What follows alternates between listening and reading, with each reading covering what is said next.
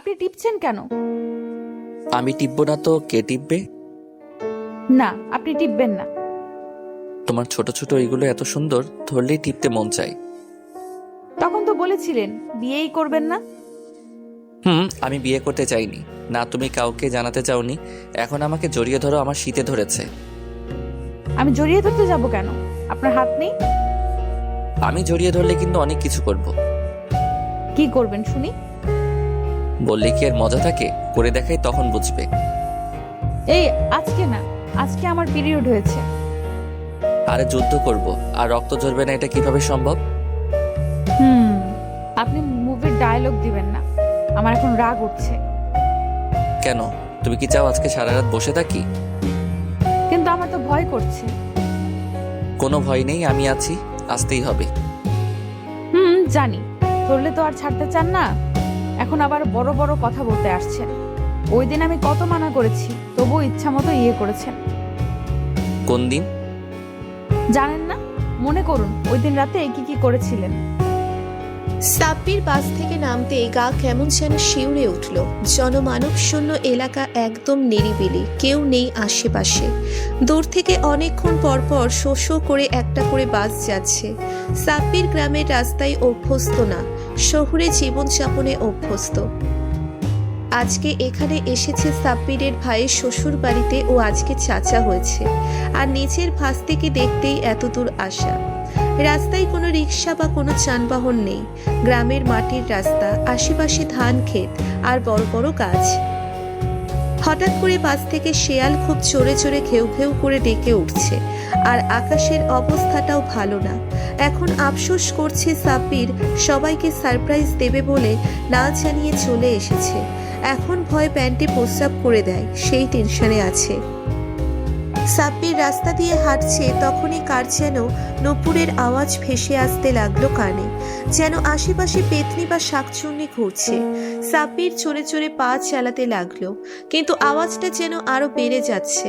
সাব্বির ভয়ে এবার দৌড়তে লাগলো, কিন্তু আওয়াজটাও দৌড়তে লাগলো পিছু পিছু। সাব্বির মনে মনে 5 কালেমা পড়তে লাগলো।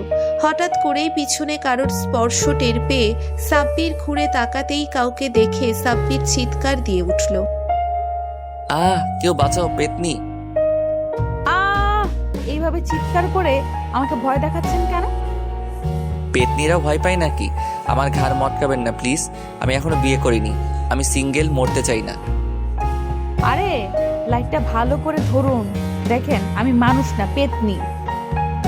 সাব্বির লাইটটা ভালোভাবে ধরতেই দেখলো যে এক সুন্দরী রমণী, জিন্স প্যান্ট, কুর্তি আর কাঁধে ব্যাগ, চুলগুলো গলা পর্যন্ত, সামনে আর পিছনে ছুটি বাঁধা, চোখে চশমাও আছে। আপনি কে, আর এত রাতে এই পথে?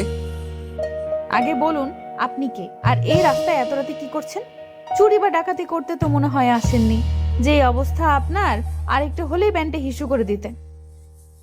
বেশি জানেন আপনি। আমি তো... থাক, আর বলা লাগবে না। একটা কথা বলুন, আপনি কি আমার পিছু নিচ্ছিলেন? আপনি ছেলে মানুষ, যদি ভয় পেতে পারেন, আমি মেয়ে মানুষ ভয় পেতে পারি না? আপনার হাতের লাইট দেখে আমি পিছু নিচ্ছিলাম। ও, এই জন্যই তো ভাবছিলাম যে নূপুরের আওয়াজ কোথা থেকে আসছে। এবার বলুন কোথায় যাচ্ছেন এত রাতে? এক আত্মীয়ের বাড়িতে এসেছি, কিন্তু বাস জ্যামে পড়ায় আস্তে আস্তে রাত হয়ে গেছে। এখন গাড়ি না পেয়ে হেঁটে হেঁটে যেতে হচ্ছে। ও, আমিও এক দরকারে শহর থেকে এসেছি, আর আপনার মতো জ্যামে পড়েছিলাম। আপনি কোথায় যাবেন বলুন, হাঁটতে হাঁটতে পরিচয় হয়ে নেই। আমি তুহি, আর আমি গোলাপ গ্রামে যাব। আমি সাব্বির, আর আমিও তো গোলাপ গ্রামে যাচ্ছি। কি অদ্ভুত! যাক, ভরসা পাওয়া গেল। কিন্তু গোলাপ গ্রাম তো এখান থেকে 13 কিলোমিটার দূরে, এখন সারা রাত হাঁটতে হবে। কি আর করার আছে বলুন, আকাশের যে অবস্থা, দোয়া করেন যাতে বৃষ্টি না হয়। চলুন, এবার পথ যত ফুরানো যায় ততই ভালো। তুহি আর সাব্বির গ্রামের এলোপাথারি রাস্তায় হেঁটে চলেছে। 1 ঘন্টা হয়ে গেছে হাঁটছে, কিন্তু রাস্তা যেন ফুরোচ্ছে না। আর ওরা ফরেস্ট রেঞ্জের কাছাকাছি, আর গুড়ি গুড়ি বৃষ্টি হচ্ছে। তুহি, এভাবে হাঁটলে ভিজে যাব, একটা গাছের নিচে দাঁড়াই, চলুন। হ্যাঁ, আপনি তো আছেনই, তাই ভয় নেই। এই গাছটা বড় আছে, এখানেই দাঁড়াই, চলুন। তুহি আর সাব্বির গাছের নিচে দাঁড়িয়ে আছে। তীব্র ঠান্ডা বাতাসে গাছগুলো এই দিক আর ওই দিক দুলছে। তুহি শীতে কাঁপছে। তুহি, বেশি শীত লাগলে আমার ব্যাগে চাদর আছে, গায়ে জড়িয়ে নিন। ধন্যবাদ, আপনি না থাকলে যে কি করতাম। সাব্বির হঠাৎ লক্ষ্য করলো দূর থেকে একটা বাড়ি দেখা যাচ্ছে। তুহিকে সাথে নিয়ে বাড়িটার কাছে গেল। ভেতরে ডাক দিলেও কাউকে পাওয়া গেল না। কুঁড়ে ঘর, দরজাটা দড়ি দিয়ে বাঁধা। সাব্বির দরজাটা খুলে ভেতরে গিয়ে দেখলো একটা চৌকি, বিছানা আর কিছু কাঠ রাখা। বাড়ির মালিক বোধহয় নেই। সেটাই তো মনে হচ্ছে। এখন রাতটা এখানেই কাটাতে হবে মনে হচ্ছে। আপনি ঘুমিয়ে পড়ুন, আমি আছি। আপনিও তো ক্লান্ত। আমি এই যে মাদুর আছে, এখানে বসে থাকলেই হবে। চৌকিতেই শুতে পারেন, দূরত্ব মেনটেন করলেই হবে। মাটি এমনিতেই ঠান্ডা। আচ্ছা, ধন্যবাদ। সাব্বির মাঝখানে ব্যাগ রেখে গায়ে চাদর চড়িয়ে শুয়ে পড়ল। তুহি মাঝরাতে কাঁদতে লাগলো। তুহি, কোনো সমস্যা? আমার প্রচন্ড জল তেষ্টা পেয়েছে। আপনার কাছে পানি আছে? আমার পানির বোতল বাসে খালি হয়ে গিয়েছে, আর বাইরেও বৃষ্টি। থাক তাহলে। দাঁড়ান, আমি দেখছি ঘরে কোনো পানি আছে কিনা। সাব্বির ছোট ঘরটাতে অনেক খোঁজাখুঁজি করে একটা কাচের বোতলে পানি পেল। সাব্বির 2 ঠোক খেলো আর তুহিকে দিল। তুহিও খেলো অনেকখানি কোক রাশে, কিন্তু পেটে পড়তেই তুহি মুখ থেকে ফেলে দিল। পানিটা কেমন যেন খুব ঝাঁঝালো। আমার সারা শরীর গরম হয়ে গেছে আর মাথাটা কেমন যেন লাগছে। এইটা তো মনে হয় মদ। আমরা মদ খেয়ে ফেললাম। ছি ছি, এটা মদ। তুহি, আমার কেমন যেন লাগছে। আমারও কেমন যেন লাগছে। তুহি আর সাব্বির মাতামাতি শুরু করলো, একজন আর একজনের গায়ের উপর পড়ে। তুহি, তোমার শরীরে এত গরম কেন? তুমি আমাকে জড়িয়ে ধরছো কেন? তুমি কি পচালো? না, আমি পচা না। তাহলে আমাকে জড়িয়ে ধরছো কেন? ভালো লাগছে তাই। ভালো লাগলেই ধরতেই হবে। এই কি করছো?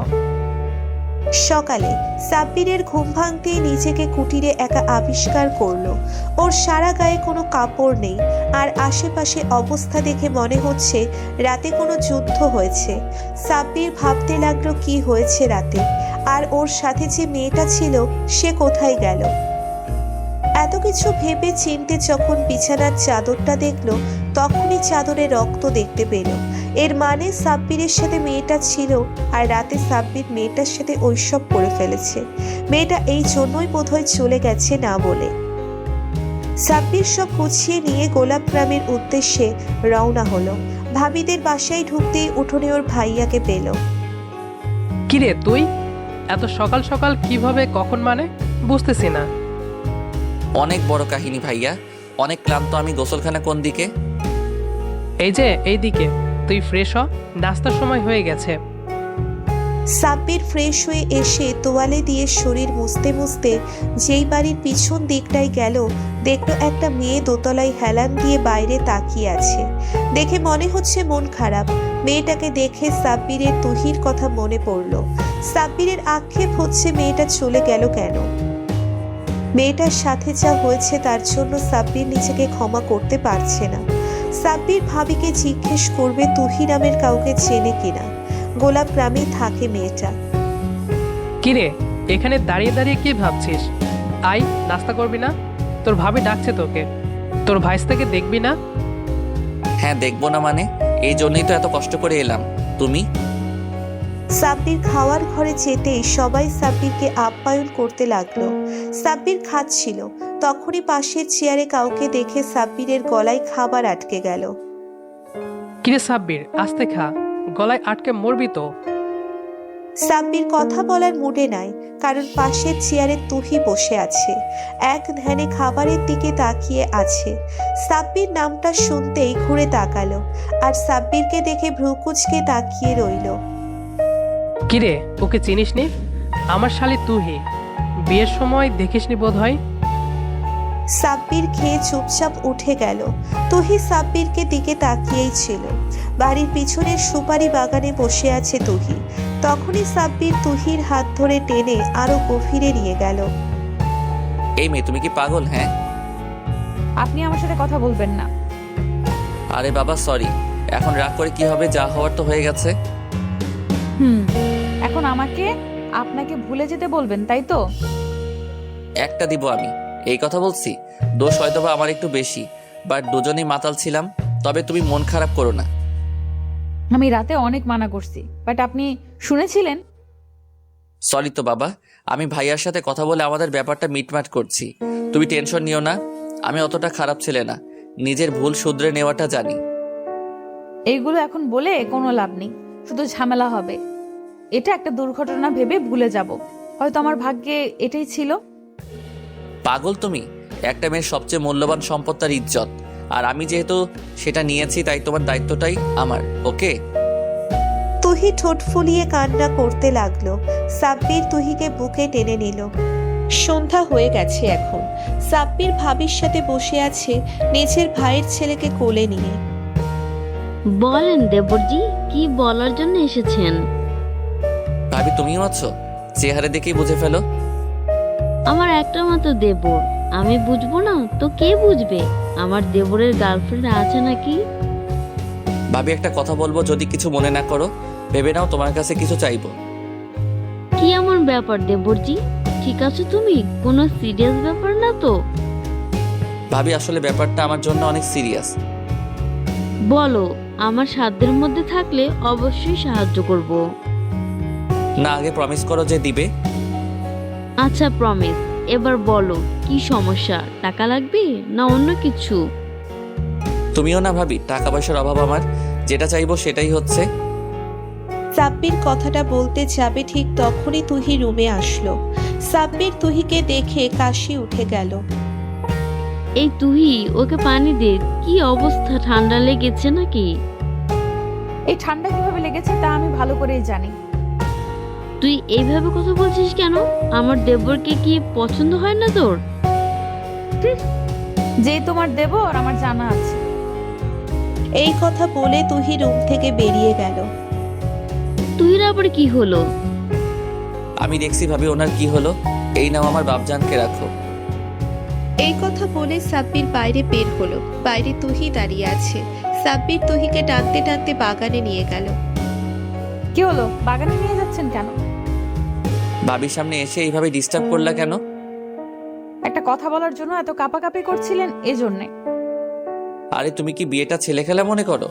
ভাবিকে কি গিয়ে সরাসরি বলে দিব তুমি আর আমি জঙ্গলে কি কি করেছি? সাহস থাকলে বলেন, মানা করছে কে? সাহস দেখতে চাও তাই না? এই কথা বলেই সাব্বির তুহিকে জড়িয়ে ধরে ঘাড়ে কামড় দিল। ছাড়েন, কেউ দেখে ফেললে সমস্যা হবে। যা হওয়ার হবে। তুমি ভয় পাচ্ছ নাকি? আমার কোনো ভয় নেই, ভয় আপনার। আমার হারানোর কিছু নাই। আপনাকে কেউ দেখে ফেললে মান সম্মান সব যাবে। সাব্বির তুহিকে ছেড়ে দিয়ে চলে এলো রুমে। সকালে ঘুম থেকে উঠেই ভাবির কাছে গেল। কিরে এত সকাল সকাল? ভাবির সাথে কথা আছে, তুমিও থাকো। কালকে রাতে না বললেই তো চলে গেলে। কি কথা? ভাবি, আমার তোমার বোন তুহিকে অনেক পছন্দ হয়েছে। এখন তুমি কি করবে আমি জানি না। আমার তুহিকে চাই, না হলে এই জীবন গোলাপ গ্রামের নদীতে বিসর্জন দিব। কথাটি বলেই সাব্বির চোখ বন্ধ করে ফেলল। চোখ খুলে দেখলো ভাইয়া ভাবি হাসছে। এটা বলতে এত আমতা আমতা করছিলে? তোর পছন্দ আছে, আমার শালিটাকেই পছন্দ হলো অবশেষে। তোমরা রাগ করনি? রাগ করার কি আছে? তোমার আম্মু তো অনেক আগে থেকেই তুহিকে তোমার জন্য দেখে রেখেছে। আম্মু তুহির কথাই বলেছিল। কিন্তু তুই কি বলিস আবার? তাই আর বলিনি।